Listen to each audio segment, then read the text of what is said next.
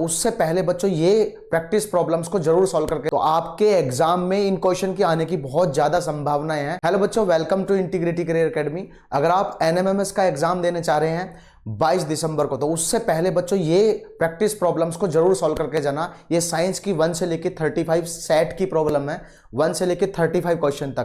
तो इन प्रॉब्लम को जरूर सॉल्व करके जाएंगे आप, तो आपके एग्जाम में इन क्वेश्चन की आने की बहुत ज्यादा संभावनाएं हैं। तो आपको ये भी एक आइडिया आएगा कि कितने हम क्वेश्चन कर पा रहे हैं, और इसी टाइप के क्वेश्चन आने वाले हैं। तो आपको टाइप भी समझ में आ जाएगा, कैसे क्वेश्चन आने वाले ये भी समझ जाएगा। तो ऑल दी बेस्ट बच्चों। Hello student, welcome to the integrity career academy Latur Maharashtra. और आज के सेशन में हम डिस्कस करने वाले हैं मोस्ट कॉमन एग्जाम कौन सी एनएम के मोस्ट एक्सपेक्टेड क्वेश्चन सेशन में रिलेटेड एग्जाम से प्रोबेबिलिटी है। तो आइए चलते हम one by one question discuss करते हैं। ये रहा आपकी स्क्रीन पर पहला क्वेश्चन, देखो पढ़ो। विच of the following is not a unit of pressure, है ना। प्रेशर की यूनिट कौन सी नहीं है, ये वाला वर्ड ध्यान से देखना भैया, है ना। ये नोट बहुत सारे बच्चे भूल जाते हैं। देखो यहाँ पे पहला दिया है बार, कैलोरी, एटीएम और क्या दिया है पास्कल। और पास्कल तो वैसे आपको पता है किसकी प्रेशर की यूनिट है, और इसी न्यूटन पर मीटर है। इन चारों में अगर न्यूटन पर मीटर स्क्वायर भी दे दे तो वो भी किसकी यूनिट है, प्रेशर की है। ये एटमॉस्फेरिक प्रेशर को मेजर करता है। और बार भी किसकी है, प्रेशर की यूनिट है। 1 बार में कितने 10 की पावर पास्कल के आसपास होता है। और कैलोरी, कैलोरी जो है ये हीट की सीजीएस यूनिट है भाई। कैलोरी किसकी यूनिट है, हीट की सीजीएस यूनिट है। तो हमारा जो ऑप्शन होगा यहाँ पे calorie, option number 3 is the right answer. How much will be the temperature of 75 degree Celsius. अब इसको आपको केल्विन में बताना है और किस में बताना है, फ़ारेनहाइट में बताना। अब आपको बताइए 75 में 0.15 आप वेट कर दो तो वो वैल्यू किस में आ जाएगी, केल्विन में आ जाएगी, है ना। ये कितना आ रहा है 338.5 केल्विन। ये किस में देख रखा है, ऑप्शन नंबर 2 में दे रखा है। और अगर फ़ारेनहाइट में आपको निकालना है तो फ़ारेनहाइट का एक छोटा सा रिलेशन भी आपको पता है, 5 8 32/9। सी की जगह आप रखोगे कितना 75, यहाँ पे आपको 8 - 32, ये कितना आ रहा है 15, 8 - 9, है ना। 9 5 जा 45, और ये आ रहा है 135 8 - 32। तो फ़ारेनहाइट का जो टेम्परेचर आएगा वो कितना 5 6, और ये कितना आ रहा है 167 डिग्री फ़ारेनहाइट। फ़ारेनहाइट लगाना, केल्विन में कितना आ रहा है 348.15 केल्विन। और फ़ारेनहाइट की जो वैल्यू है 167 डिग्री फ़ारेनहाइट। चलिए अगले क्वेश्चन की तरफ बढ़ते हैं। देखो डायग्राम दिया है रिफ्लेक्शन ऑफ लाइट का। अब इसमें पूछा है कौन सा फॉल्स पेयर है। अब इससे फॉल्स पूछा है तो देखिए, चलिए चलते हैं। ए ओ, ये लाइट क्या कर रही है, मिरर की तरफ या सरफेस की तरफ आ रही है, तो इसको आप बोलोगे इंसिडेंट लाइट। फिर अगर यहाँ से स्ट्राइक करने के बाद वो वापस उसी पाथ पे लौट जाती है, उसको आप बोलोगे क्या, रिफ्लेक्टेड लाइट, है ना। रिफ्लेक्टेड लाइट आपको बोलना है। दूसरा, अगर इस एंगल की बात करें, एंगल आई, और ये कितना होता है आर। आई को आप बोलते हो एंगल ऑफ इंसिडेंस, और आर को क्या बोलोगे, एंगल ऑफ रिफ्लेक्शन।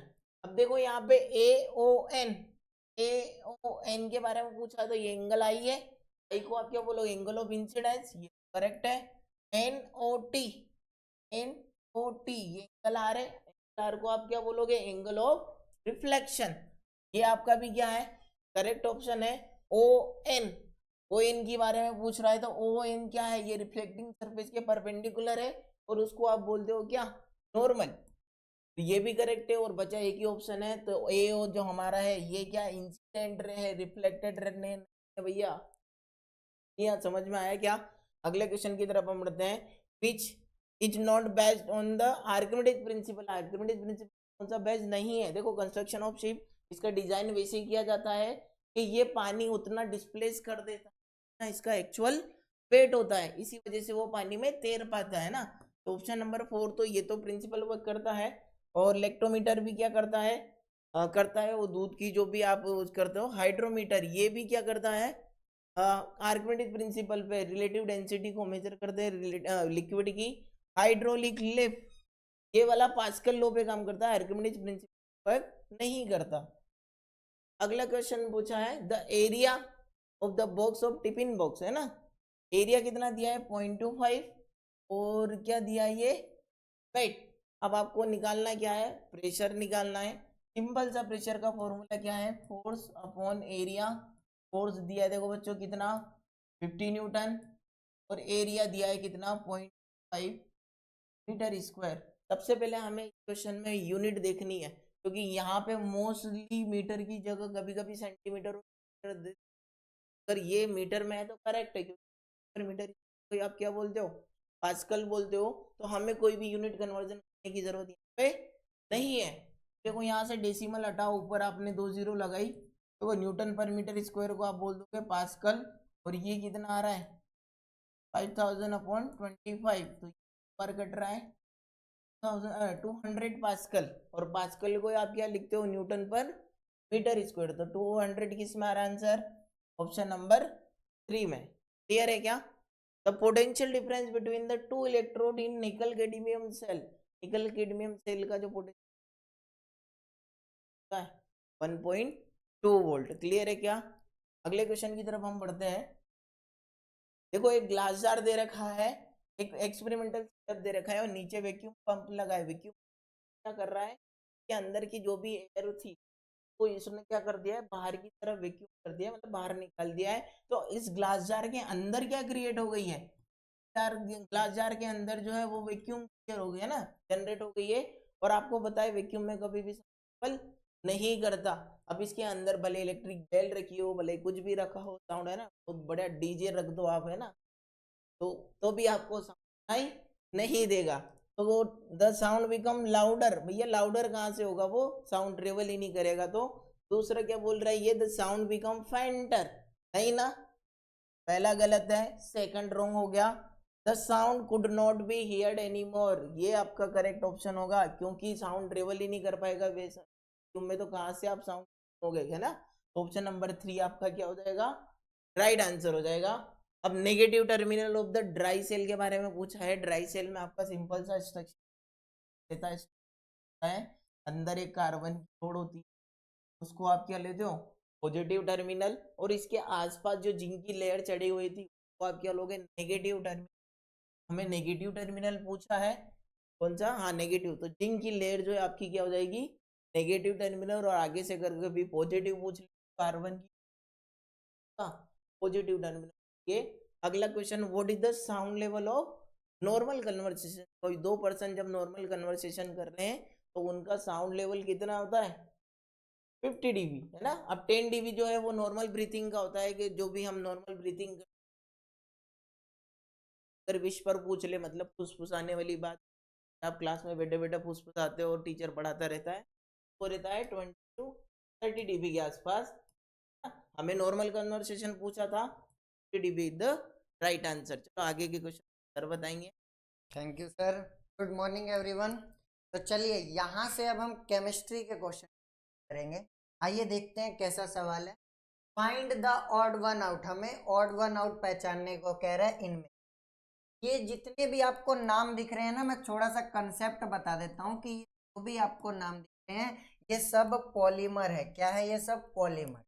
पॉलीमर दो तरह के होते हैं, एक का नाम है होमोपॉलीमर और एक का नाम होता है कोपॉलीमर। होमोपॉलीमर और कोपॉलीमर, जो होमोपॉलीमर है वो 1 यूनिट से मिलकर बनता है, मतलब एक मोनोमर यूनिट, और जो कोपॉलीमर है वो मोर देन 1 यूनिट, एक से ज्यादा यूनिट से मिलकर। तो आप एग्जांपल देख लेते हैं। बैकेलाइट हमारा कोपॉलीमर है, सीपी लिख रहा हूं। पॉलिस्टर हमारा कोपॉलीमर है, सीपी।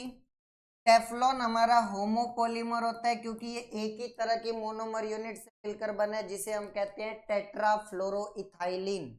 और मेलामाइन भी हमारा कोपॉलीमर है। तो देखो ना, 3 कोपॉलीमर है, एक हमारा होमोपॉलीमर है, तो ऑप्शन नंबर 3 आ जाएगा टेफ्लॉन। क्या क्लियर है? चलिए यहाँ पे नेक्स्ट क्वेश्चन देखिए, which is the correct statement about gas. Gas के बारे में करेक्ट स्टेटमेंट पूछता है। आप सबको पता है गैस का वॉल्यूम इनडेफिनेट होता है, मतलब आंसर तो पहले गैस का शेप भी फिक्स नहीं होता है तो इनडेफिनेट, और गैस की कंप्रेसिबिलिटी बहुत ज्यादा होती है, बहुत ज्यादा उसको कंप्रेस करते हैं। तीसरा ऑप्शन ही ऐसा है, इसीलिए सॉरी चौथा ऑप्शन है ये option the correct option. Indefinite volume, definite shape और हाईली कंप्रेस। नेक्स्ट क्वेश्चन देखिए, डाल्टन एटॉमिक थ्योरी के बारे में हमसे गलत पूछा है कि इन चारों में से कौन सी बात है जो डाल्टन ने नहीं कही। पहली बात, atoms are neither created not destroyed in a chemical reaction. बिल्कुल सही बात है। एटम डाल्टन ने साफ साफ कहा था कि एटम को ना तो क्रिएट किया जा सकता है ना डिस्ट्रॉय किया जा सकता है। दूसरा, atoms of all element are alike including their mass. ये कह रहा है कि जितने भी एलिमेंट है उन सारे एलिमेंट का जो मास है, कह रहा है कि वो सेम है। अब ऐसा थोड़ी होता है कि सारे एलिमेंट का मास सेम, वो तो अलग अलग होता है। दूसरा गलत है। तीसरा, each element is composed of extremely small particles called atom. बिल्कुल सही बात है। उसने कहा था कि हमारे आसपास की जितनी भी चीजें हैं वो मैटर है, और मैटर छोटे छोटे पार्टिकल से मिलकर इसे एटम कहते हैं। तीसरी बात बिल्कुल। चौथा, atoms takes part in chemical reaction. 100% सही है कि रिएक्शन में एटम ही पार्टिसिपेट करते हैं। चाहे आप मॉलिक्यूल ले लो तो भी वो मॉलिक्यूल पहले टूटेंगे एटम, तब रिएक्शन। ये वाली बात भी सही। एक दूसरी वाली बात गलत है, इसलिए ऑप्शन नंबर सेकंड का करेक्ट ऑप्शन। गलत ही पूछा था उसने। आगे देखो नेक्स्ट सवाल, identify the type of electronic configuration for aluminium. अब आप सबको पता होगा कि एल्यूमिनियम का एटॉमिक नंबर होता है 13, मतलब उसके पास टोटल 13 इलेक्ट्रॉन होंगे। तो जब 30 इलेक्ट्रॉन को डिस्ट्रीब्यूट करेंगे तो पहले गोले में हम भरेंगे 2 इलेक्ट्रॉन, दूसरे में 8 इलेक्ट्रॉन, तीसरे में 3 इलेक्ट्रॉन। तो हमें ढूंढना है कि ऐसी कॉन्फ़िगरेशन। तो देखो सबके पहले वाले गोले में 2 इलेक्ट्रॉन दिख रहे हैं, सबके दूसरे वाले गोले में 8-8 इलेक्ट्रॉन दिख रहा है, कोई दिक्कत नहीं है। मतलब अब हमें देखना है कि इसके तीसरे गोले में 3। देखो इसके तीसरे गोले में 1 2 3 4 5 इलेक्ट्रॉन है, तब ये आंसर। इसके तीसरे गोले में 1 2 3 4 इलेक्ट्रॉन है, ये आंसर। इसके तीसरे गोले में 1 2 इलेक्ट्रॉन है, ये।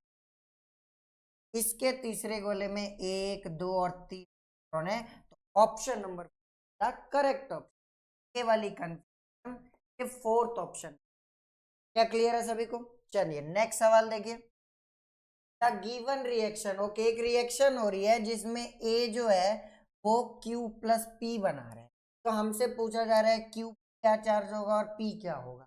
तो देखो, अगर पहला ऑप्शन देखते हैं, अगर P 3 इलेक्ट्रॉन है तो Q के ऊपर तो आना चाहिए था +3 चार्ज, लेकिन इसने तो +2 बोला है, इसीलिए पहला। क्या पहला क्यों गलत हुआ, आपको समझ आया? ओके, अब जरा दूसरा देखो। P के ऊपर अगर 2 इलेक्ट्रॉन है तो Q पे +2 चार्ज होगा, ये +2 चार्ज ही क्या। दूसरा देखो, अगर 2 इलेक्ट्रॉन है तो +2 चार्ज होना चाहिए, लेकिन ये तो +1 कह रहा है, इसलिए। यहाँ देखो, अगर 3 इलेक्ट्रॉन बाहर निकले हैं तो Q पे +3 चार्ज आना चाहिए, ये +4 चार्ज कह रहा है, इसलिए ये भी। एक दूसरा सही है कि 2 इलेक्ट्रॉन जब निकल रहे हैं तो +4 चार्ज आ जाएगा, ऑप्शन करेक्ट ऑप्शन। नेक्स्ट देखो, which of the following element is used to make the surface of statue of liberty. Statue of liberty जो है वो कॉपर से मिलकर बनी थी, तो स्टार्टिंग में वो ब्राउन कलर की थी, लेकिन आज की डेट में वो पूरी ग्रीन हो चुकी है, क्योंकि वहां पे कॉपर का कोरोजन हो चुका है और उसकी वजह से ग्रीन कलर आ गया है। तो कॉपर से मिलकर बनी, ठीक है, इसका फोर्थ ऑप्शन। नेक्स्ट सवाल, which of the following is used to remove permanent hardness of water. तो पहले मैं बता देता हूं कि वाटर की हार्डनेस के लिए कौन रिस्पॉन्सिबल है। तो वाटर की हार्डनेस के लिए रिस्पॉन्सिबल है calcium chloride, magnesium chloride, calcium sulphate, magnesium sulphate. मतलब कैल्शियम और मैग्नीशियम के सॉल्ट रिस्पॉन्सिबल है हार्डनेस का, मतलब मैग्नीशियम वाला तो ऑप्शन हो ही नहीं सकता। नमक हार्डनेस के लिए तो नहीं है। पोटेशियम नाइट्रेट, किसने बोला है कि कौन रिमूव करेगा हार्डनेस को? तो हार्डनेस को रिमूव करता है वॉशिंग सोडा, और वॉशिंग सोडा का एक sodium carbonate, option number second. कई बार इसी में वो दूसरा सवाल ये भी पूछ सकते हैं, वजह से हार्डनेस वाटर में, तो इनकी वजह से हार्डनेस। और किसकी वजह से हार्डनेस परमानेंटली रिमूव होती है? तो सोडियम कार्बोनेट की वजह से परमानेंटली रिमूव। ठीक है, नेक्स्ट सवाल देखो, the given molecule which does not form covalent bond. तो आपको एक सिंपल सा कंसेप्ट ध्यान रखना है कि जो कोवेलेंट बॉन्ड है वो नॉन मेटल बनाते हैं, और जो आयोनिक बॉन्ड है, जो आयोनिक बॉन्ड है वो मेटल और नॉन मेटल मिल के बनाते हैं। क्या बोला मैंने? कोवेलेंट बॉन्ड सिर्फ नॉन मेटल बनाएंगे और आयनिक बॉन्ड मेटल और नॉन मेटल मिलके बनाएंगे। तो आप देख लेते हैं, कार्बन जो होता है वो हमारा नॉन मेटल हो रहा है, एन का मतलब मैं नॉन मेटल बता रहा हूँ। हाइड्रोजन भी नॉन मेटल है, तो नॉन मेटल और नॉन मेटल के बीच में क्या बनेगा? Covalent bond. यहाँ देखो, कार्बन नॉन मेटल है, ऑक्सीजन नॉन मेटल है, तो ये भी क्या बनाएगा? ये भी कोवेलेंट बॉन्ड बनाएगा। यहाँ देखो, नाइट्रोजन नॉन मेटल है, ऑक्सीजन भी नॉन मेटल है, तो ये भी कैसा बॉन्ड बनाएगा? कोवेलेंट बॉन्ड बनाएगा। लेकिन NaCl में जो ये सोडियम है ये मेटल है, और जो ये क्लोरीन है ये नॉन मेटल है, तो मेटल नॉन मेटल के आयोनिक बॉन्ड बने। इसने पूछा था कौन कोवेलेंट बॉन्ड नहीं बना रहा? NaCl कोवेलेंट बॉन्ड नहीं बना रहा क्योंकि वो मेटल और नॉन मेटल है, वो आयनिक बॉन्ड बना। क्या समझ आया ये? चलिए नेक्स्ट देखिए। नेक्स्ट क्या है? Cellulose is made up of. Cellulose किससे मिलकर बना है? तो सेलुलोज एक पॉलीमर है जो कि ग्लूकोज से मिलकर बना होता है। तो आंसर तो आपको पता ही चल गया, सेकंड। कभी पूछे प्रोटीन किससे मिलकर बना है तो आपको कहना है एमिनो एसिड। कभी पूछे DNA किससे मिलकर बना है तो आपको कहना है न्यूक्लियोटाइड। दिमाग में रखना। और ये तो नॉर्मल कार्बोनिक, तो आंसर सेकंड आएगा। यहाँ देखो, acidity resistance medicine the chemical used is. तो जो एसिडिटी रेजिस्टेंस मेडिसिन होती है, जो पेट की एसिडिटी कम करती है स्टमक की, को कहा जाता है एंटासिड। क्या कहा जाता है? उनको हम एंटासिड टैबलेट कहते हैं, जो एसिडिटी को कम करते हैं। और भैया इनके अंदर दो तरह के बेस मिलते हैं, एक का नाम है मिल्क ऑफ मैग्नीशिया, जिसका फॉर्मूला आप सब जानते हैं MgOH की ट्वाइस, और दूसरा मिलता है बेकिंग सोडा, जिसका फॉर्मूला भी आप सबको पता होगा, क्या होता है? NaHCO3। बस इन दोनों में से जो ऑप्शन में है, क्या दिख रहा है? सोडियम बाइकार्बोनेट दिख रहा है, बेकिंग। तो ये याद रखना, अगर ये ऑप्शन नहीं दिखेगा तो कहीं पे ये दिखेगा। इन दोनों में से भी कोई सा भी एसिडिटी के एसिड टैबलेट में यूज होता है। नेक्स्ट क्वेश्चन देखो, identify the irreversible change. Irreversible change जिसको रिवर्स ना कर पाए हम, तो अगर वैक्स को पिघला रहे हैं तो फ्रीज भी कर सकते हैं, ये तो हमारा रिवर्सिबल है। ओके, अगर वाटर को बॉईल कर रहे हो तो दोबारा कंडेंसेशन भी कर सकते हो, ये भी रिवर्सिबल है। अगर वाटर को फ्रीज कर रहे हो तो दोबारा मेल्ट भी कर सकते हो, ये भी रिवर्सिबल है। लेकिन अगर आपने एग को एक बार बॉईल कर दिया तो बॉइल्ड एग से दोबारा कच्चा अंडा नहीं आएगा, ये इरिवर्सिबल है। इसलिए ऑप्शन नंबर। ये क्या कह रहा है? Silver ring got corrode by forming a blackish deposition, this change is caused by dash gas. कह रहे हैं चांदी काली पड़ जाती है, किस गैस की वजह से काली पड़ती है? तो बहुतों को लगता है वाटर से, बहुतों को लगता है सर ऑक्सीजन। लेकिन वहम में मत रहना, सिल्वर जो है वो हाइड्रोजन सल्फाइड गैस से रिएक्शन करके सिल्वर सल्फाइड बनाता है, और इसी सिल्वर सल्फाइड की वजह से ब्लैक कलर। और क्योंकि ये वाली गैस नेचर में बहुत कम मिलती है, इसीलिए चांदी काली भी तो देर से हो जाती है। ये फोर्थ ऑप्शन आएगा, हाइड्रोजन सल्फाइड गैस। चलिए यहाँ तक केमिस्ट्री थी, अब इसके बाद के क्वेश्चन बायो वाले सर डिस्कस करेंगे। देखते हैं हमारे बायो के क्वेश्चंस को। क्या है हमारा जो फर्स्ट क्वेश्चन हमारा होने वाला है वो क्या होगा? For the treatment of small pox. Small pox के ट्रीटमेंट के लिए कौन सा मेडिसिनल प्लांट यूज में लाया जाता है। तो देखिए ये क्रीपी जिंजर ये भी नहीं होता है ना, ये जनरली सर्दी में खांसी वगैरह में भी यूज किया जाता है। तुलसी का भी यूज होता है, अशोका का यूज नहीं होता। तो यहाँ पे जो करेक्ट आंसर होगा वो होगा नीम का। देखते हैं second question, which of the following blood group is known as universal acceptor. Universal acceptor हमारा क्या होता है, ए बी पॉजिटिव होता है। नेक्स्ट क्वेश्चन की तरफ हम चलेंगे, सलाइवा कंटेंट स्पेशल एंजाइम, और उस स्पेशल एंजाइम का नाम क्या होता है, टाइलिन।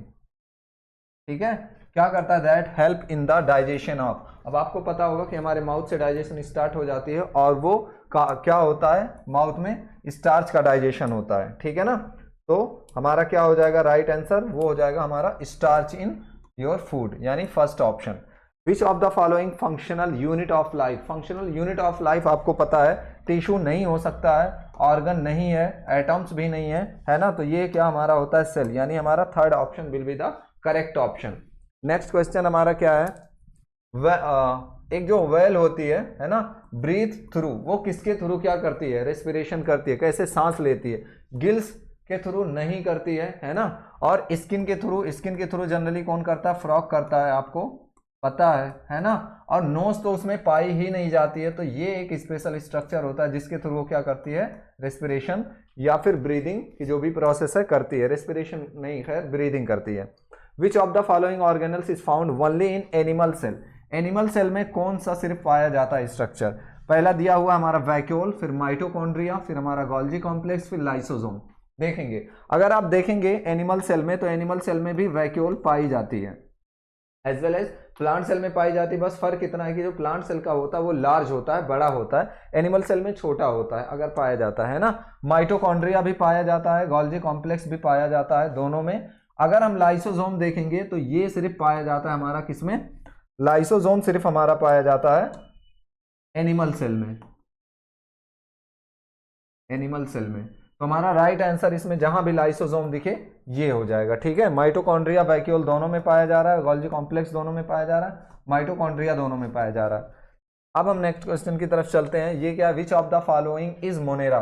देखिए मोनेरा एक ऐसा किंगडम है, ऐसा ग्रुप है जिसमें क्या आते हैं, जनरली बैक्टीरिया आते हैं। ठीक है, बैक्टीरियाज आते हैं, या फिर आप ये कह लो कि इसके मेंबर्स को हम बैक्टीरिया कहते हैं जनरली। ठीक है ना, तो फिर होगा क्या कि इसमें देखिए जिलेडियम दिया हुआ है, यूग्लिना दिया हुआ है, अमीबा, ब्लू ग्रीन एल्गी। अगर हम जिलेडियम की बात करें तो ये क्या होता है, ये मोनेरा का मेंबर नहीं है। ठीक है, यूग्लिना की बात करें तो ये क्या है, एक तरह का ये एक प्रोटिस्ट होता है, प्रोटिस्टा है ना, यानी प्रोटिस्ट का मेंबर है। अमीबा को देखेंगे तो ये भी क्या है, ये भी एक तरह का प्रोटिस्टा है। अगर आप ब्लू ग्रीन एल्गी को देखेंगे जिसको हम बीजीए शॉर्ट फॉर्म में कहते हैं या फिर साइनोबैक्टीरिया बोलते हैं, तो ये हमारा मोनेरा का मेंबर है। ठीक है, तो इस तरह से जो हमारा राइट आंसर हो जाएगा वो क्या हो जाएगा, हमारा ब्लू ग्रीन एल्गी, जिसको हम साइनोबैक्टीरिया भी कहते हैं।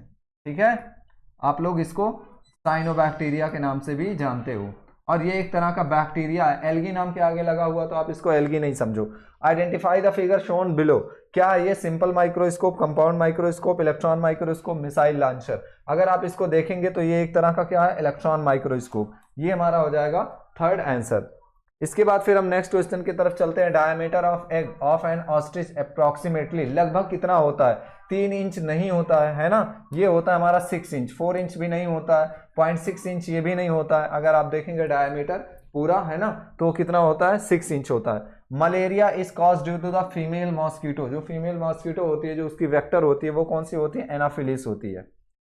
एडस ये भी नहीं होता है, डेनवन ये भी नहीं होता है, क्यूलेक्स ये भी नहीं होता है। नेक्स्ट क्वेश्चन हमारा क्या है, find odd word out of the given below. आपको कोई एक ऑड वर्ड बताना है, किस बेसिस पे, बेसिस हमको नहीं दिया। यहाँ पे एक ऑप्शन है वॉर, एक है न्यूक्लियर ब्लास्ट, एक है साइबर अटैक और एक है सुनामी। अगर आप थोड़ा सा अगर आप दिमाग लगा के सोचो तो ये जो वॉर्स वगैरह होते हैं इसको ह्यूमन करते हैं, है ना, जनरली ये कोई नेचर नहीं कर रहा होता है। ठीक है, और अगर साइबर अटैक देखो ये भी क्या है, ये भी ह्यूमंस के द्वारा ही होता है। और अगर आप न्यूक्लियर ब्लास्ट देखेंगे तो ये भी होता है। लेकिन सुनामी जो होती है ना, ये एक नेचुरल डिजास्टर है ना, एक नेचुरल फिनोमिना है, तो ये हमारा ऑड हो जाएगा। बाकी तो सारे मैन मेड है। Find out false statement from the given below. Mitochondria is the power house of the cell, है ना, आपको फॉल्स देखना, ये तो राइट है। Cell is the basic unit of all living organisms, ये भी हमारा करेक्ट है। Vacuole are generally large central in animal cell, lysosome are absent in plant cell, yes ये भी करेक्ट है। वैक्यूल्स आर जनरली लार्ज है और सेंट्रल है, ये एनिमल्स में नहीं, ये प्लांट में होता है, जनरली लार्ज और इसमें, तो ये हमारा राइट आंसर हो जाएगा, है ना। तो हमारा करेक्ट ऑप्शन थर्ड ऑप्शन होगा।